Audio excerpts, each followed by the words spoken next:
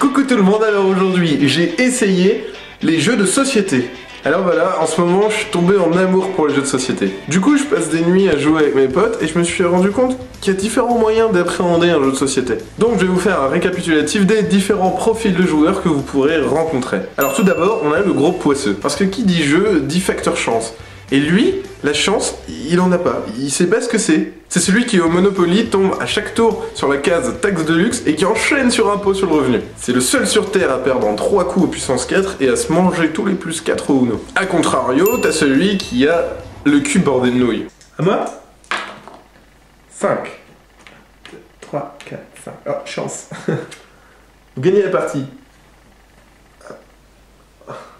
Arrive ensuite le mauvais perdant, le mec qui joue mais que pour gagner. Il s'en bat les couilles des autres et franchement ça le met hors de lui de perdre. Mais bon, je peux comprendre, on peut comprendre putain. C'est d'ailleurs pour ça qu'il sort généralement cette phrase qu'il réconforte. De toute façon je m'en fous, c'est bon. Pas de chance au jeu, chance en amour. Ce qui découle généralement sur le 4e profil qui est le tricheur. Wouhou 6. Il possède une technique bien à lui qui est de réorienter les règles pour l'avantager. Rue de la Paix. Ah, c'est chez moi.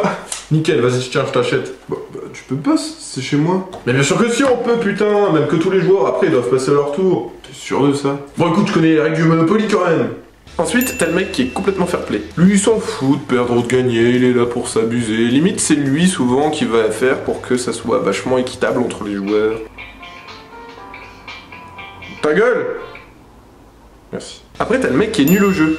Il aime bien jouer, hein, mais c'est une grosse merde. Tu sais, c'est le mec avec qui t'as pas envie d'être en équipe parce qu'il va complètement ruiner ta partie en fait. Ok, top. Alors, c'est un mec, il est petit. Nicolas Sarkozy? Non, c'est pas ça. Il est moustachu, il a une casquette rouge, il mange des champignons et il doit sauver une princesse dans un château. Pas du tout. Aucune idée. Et encore, le pire, c'est quand c'est lui qui te fait deviner.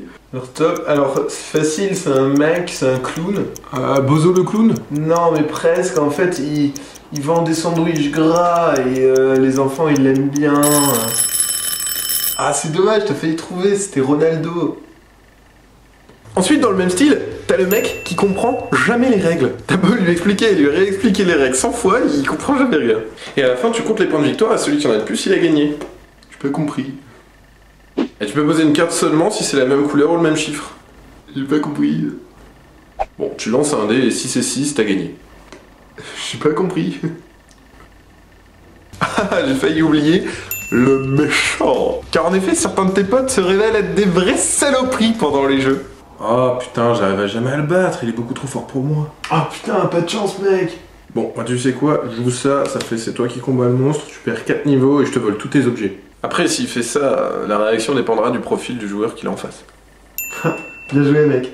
Vas-y, comme par hasard, c'est sur moi que ça tombe. Je suis sûr que t'as triché. De toute façon, malchance au jeu, chance en amour, quoi. J'ai pas compris.